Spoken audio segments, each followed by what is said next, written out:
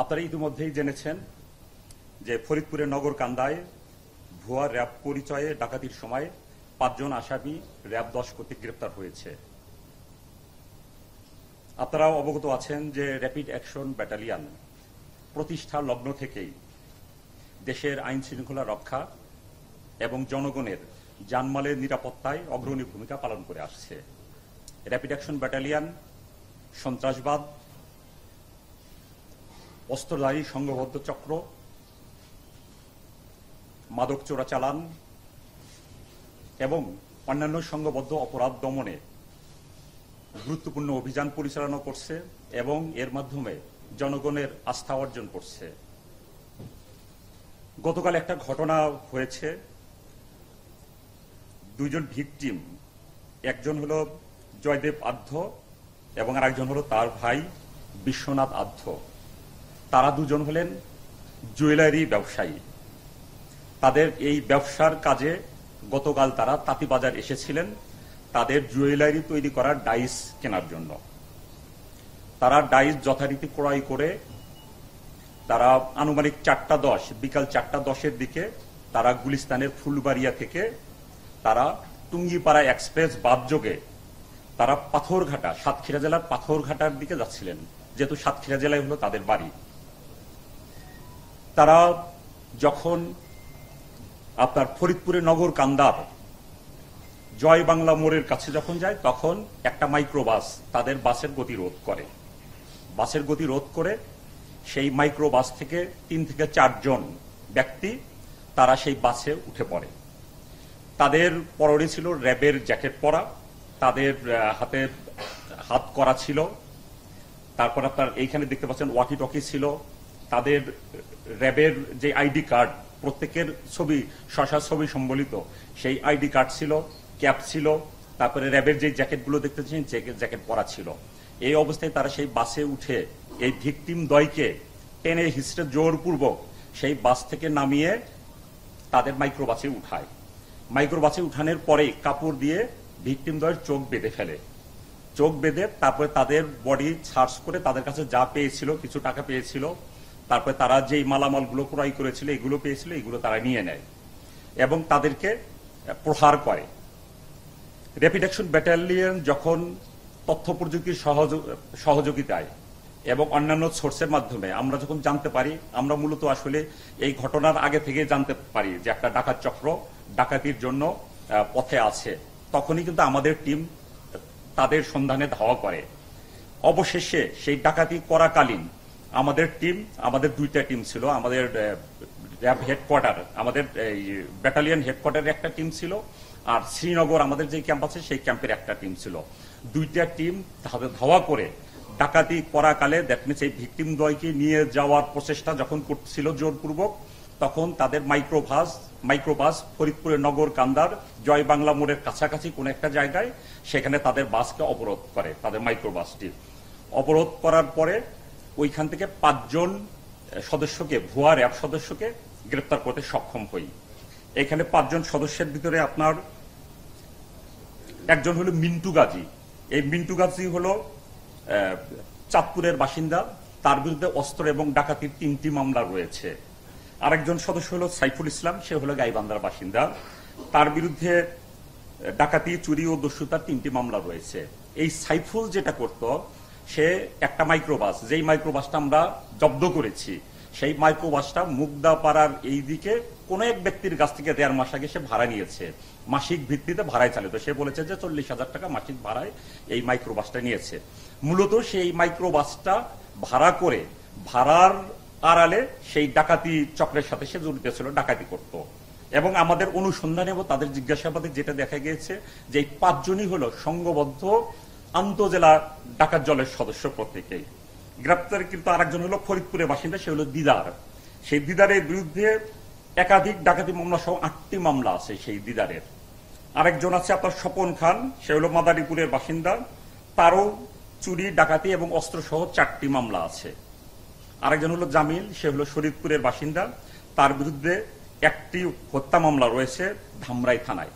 অর্থাৎ এখানে আমাদের যারা গ্রেপ্তার হয়েছে প্রত্যেকেই হলো গুরুত্বপূর্ণ, হয় ডাকাতি, একাধিক ডাকাতি মামলা, অথবা মার্ডার কেস, অথবা দস্যুতার মামলায় প্রত্যেকেই অভিযুক্ত, এবং এরা বিগত সময়ে পুলিশের হাতে এবং র্যাবের হাতে একাধিকবার তারা গ্রেপ্তার হয়েছিল এবং তারা জামিনে বের হয়ে এসেছে। এর ভিতরে একজন আছে যে সে একটা মামলায় সাজা খেটে সে বের হয়ে এসেছে। এদের ভিতরে আবার আরেকটা দেখা গিয়েছে আপনার, যেমন সাইফুল ইসলাম। এখানে দুইটা সদস্য আছে, দুইজন সদস্য, এরা হলো জেলখানায় এদের সাথে পরিচয়।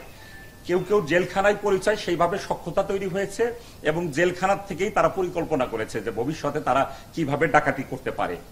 এই যে আমাদের যে অভিযান যখন পরিচালনা হলো, যখন আমরা ডাকাতদের মাইক্রোবাসটাকে আমরা অবরোধ করলাম, ওই সময় কি করে যে দুজন ডাকাত এই মাইক্রোবাসের জানালা দিয়ে আরেকজন দরজা খুলে পালানোর চেষ্টা করে। তারা পালাতে গিয়ে এর মধ্যে একজন ছিল সাইফুল আর একজন ছিল স্বপন। এরা পালাতে যখন যায় তখন উত্তেজিত জনতা চলে আসে। যখন একটা ঘটনা ঘটতেছে আশেপাশে থেকে লোকজন চলে এসে ধাওয়া করে তাদেরকে ধরে ফেলে, ধরে তাদের মারপিট করতে থাকে এবং তাদের যে মাইক্রোবাসটা ছিল সেই মাইক্রোবাসটাও ভাঙচুরের চেষ্টা করে। এই উত্তেজিত জনতার হাত থেকে র্যাপিড অ্যাকশন ব্যাটালিয়নের আমাদের উপস্থিত যেই টিম ছিল এই ডাকাত দ্বয়কে মুক্ত করে জনতার রোষানল থেকে। আর পাশাপাশি যেটা যে দুজন ভিকটিম, এই দুজন ভিকটিমকে এই ডাকাতদের যে মাইক্রোবাস ছিল সেই মাইক্রোবাস থেকে ভিকটিম দ্বয়কে উদ্ধার করতে সক্ষম হয়। এই যে এই ঘটনা আপনারা জানেন যে ইতিপূর্বেও এই র্যাবের কোটি পরে র্যাব পরিচয়ে ডাকাতি করেছে বিভিন্ন বাসে, বিভিন্ন পরিবহনে। এখন যেটা যে আমরা যদি একটু সচেতন হই, যারা আন্তঃজেলা বাস সার্ভিস মালিক যারা আছেন, আমাদের বাসের যদি সিসি ক্যামেরা আমরা লাগাই তাহলে যেটা হবে যে বাসে কে উঠলো কে কখন নামলো প্রত্যেকেই ট্রেস করা সম্ভব হয়। এতে কি হবে যে অপরাধীরা ভয়ে এই বাসের ভিতরে কোনো ডাকাতি ঘটাবে না। আর অগত্যা যদি সিসি ক্যামেরা সেট করা সম্ভব না হয়, অ্যাটলিস্ট যখন কোন একটা স্থান থেকে কোন একটা স্থান থেকে বাস ছেড়ে যাবে তখন যেন সবার ছবি নেয়, বাসের সকল যাত্রীদের ছবি নেয় এবং এদের জন্য ভিডিও নেয় এবং রাস্তায় যেন কোনো যাত্রী উঠানো যাতে না হয়। এতে কি হবে যে পরিবহনটা নিরাপদ হবে এবং এইখানে যারা পরিবহন করবে যাত্রী তারাও নিরাপদ বোধ করবে। আপনারা দেখেছেন যে আমরা তাদের যখন আমরা গ্রেপ্তার করি তাদের পজিশন থেকে আমরা বেশ কিছু আলামত আমরা উদ্ধার করি। একটা মাইক্রোবাস আমরা উদ্ধার করি, আপনাদের দুইটা ওয়াকি টকি সেট, এই দুইটা সেট একদম কার্যকর। গত রাতে আমরা টেস্ট করেছি, এটা 4 থেকে 5 কিলোমিটার দূর পর্যন্ত যোগাযোগ করা যায় এই ওয়াকি টকি সেটের মাধ্যমে। তারা যারা ডাকাত তারা এই ওয়াকি টকি সেটের মাধ্যমে নিজেদের মাধ্যমে যোগাযোগ করত এটা, এবং ভয় দেখানোর জন্য, মানে তাদের সত্যিকার র্যাব সদস্য এটা ফিল করানোর জন্য তারা ওয়াকি টকি সেট ব্যবহার করত এবং এই সরঞ্জামাদিতে আপনারা দেখছেন পিস্তল সদৃশ যেই বস্তুটা আছে এগুলো তারা ব্যবহার করতো এবং জনগণকে, এবং তাদের ভিতরে যে যোগাযোগগুলো হতো, ভিকটিমকে যখন চোখ বেঁধে নিজেরা যোগাযোগ করতো তাদের কমিউনিকেশন গুলো এমন ছিল যে তাদের বোঝানোর চেষ্টা করতো যে আমরা আসলে সত্যিকারের র্যাব সদস্য। কাজেই জনগণকে সতর্ক থাকার জন্য আমি আহ্বান করছি যে র্যাব পরিচয় যখন কোনোখানে যখন অভিযান করবে তখন আপনারা অবশ্যই তাদের পরিচয় আপনারা যাচাই করবেন, তাদের আইডি কার্ড সঠিক কিনা। এইখানে যে আইডি কার্ড আছে এই আইডি কার্ডগুলো আপনারা দেখলেই বুঝতে পারবেন যে এগুলো হলো ফেক আইডি কার্ড। আপনারা দেখবেন যে প্রত্যেক আইডি কার্ডের র্যাঙ্ক লেখা আছে কনস্টেবল, কিন্তু তাদের র্যাঙ্ক ব্যাচ আছে দেখবেন যে মেজর র্যাঙ্ক বা বড় বড় অফিসারদের র্যাঙ্ক করা আছে। দ্যাট মিনস ওরা শুধুমাত্র মাথাটা কেটে ছবিটা লাগিয়েছে। এটা আপনারা যারা শিক্ষিত শ্রেণী আছেন একটু চিন্তা করলে বুঝতে পারবেন যে এখানে যে আইডিটা শো করতেছে এটা আসলে ভুয়া র্যাব সদস্যের আইডি। এই বিষয়ে আরো অনেক তদন্ত চলছে। আমরা র্যাব যেহেতু ছায়া তদন্ত করি, এই চক্রের সাথে আরো কেউ জড়িত আছে কিনা সেই বিষয়ে আমরা অনুসন্ধান করতেছি এবং তাদেরকে গ্রেপ্তারের জন্য আমরা প্রচেষ্টা চালাচ্ছি এবং আমরা আশা করি যে এই চক্রের আরো যারা সদস্য জড়িত আছে তাদেরকে গ্রেপ্তারে আমরা সক্ষম হব। সকলকে ধন্যবাদ। আমরা দেখি যে আপনারা এরকম অনেকেই অনেক ডাকাত চক্রকে আন্তর্জেলা ডাকাত চক্র গ্রেফতার করে, কিন্তু আইনের ফাঁকফোকর থেকে তারা বের হয়ে যায়। এর মানে কি আপনারা কি আসলে মামলা খুব দুর্বল ভাবে করেন না কিভাবে তারা বের হয়? কারণ এক একজনকে অপরাধীকে 30টি আপনি তুলে ধরলেন, সবারই পেছনে হত্যা মামলা আছে অথবা ডাকাতি মামলা আছে অথবা চুরি মামলা আছে, কিন্তু তারা আবার বের হয়ে একই কাজ করছে। পেছনের কারণ কি বলে আপনি মনে করেন? আপনারা আসলে এটা একটা চমৎকার একটা প্রশ্ন করেছেন। এখানে মামলা যেটা হয়, মামলা ধারা অবশ্যই দুর্বল না। যারা ডাকাতি করে এখানে কিন্তু ডাকাতির মামলাই থাকে, ডাকাতির ধারাই থাকে। এর ভিতরে কেউ কেউ হত্যা মামলা আছে, এখানে হত্যা দেখবেন যে 302 ধারা আছে, 395 আছে, তারপরে 397 আছে, সকল স্ট্রং ধারাই কিন্তু আছে। এখন আদালত থেকে তারা জামিন পেয়ে যায়, সেটা তো আসলে আদালতের বিষয়।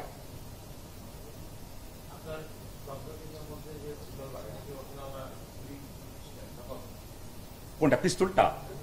না, পিস্তলটা অরিজিনাল না।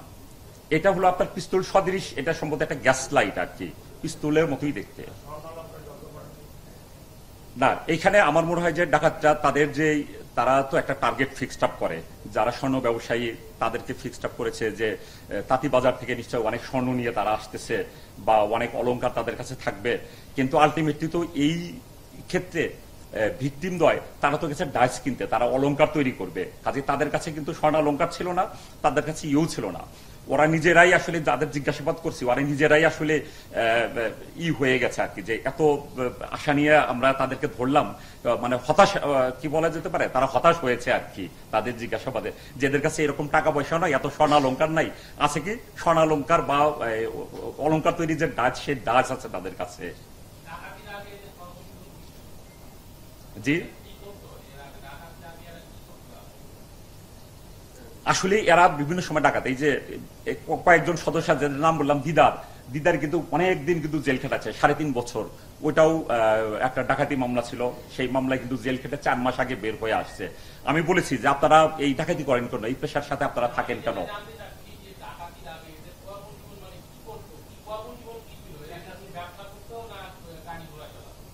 ও, এখানে আসলে এক একজন এক এক, এখানে কেউ কেউ আছে যারা আপনার কি বলে মিশুক, অটো এইসব চালাতো, এক একজন আসলে এক এক রকমের পেশার সাথে তারা জড়িত ছিল।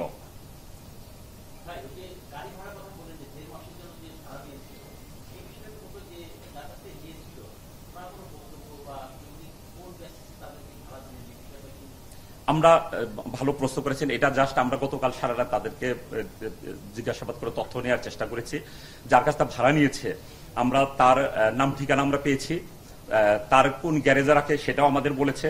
আমরা এখন এই যে প্রেস ব্রিফিং এর পরে আমরা ওই ফার্দার যেই তথ্য সংগ্রহ করে সেটা আমরা করব। 1.5 মাস যাবত নিয়েছে। কত 40,000, সে আমাকে বলেছে 40,000 টাকা মাসে ভাড়া।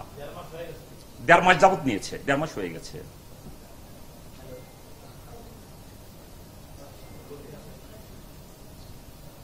ঠিক আছে, সবাইকে অনেক ধন্যবাদ।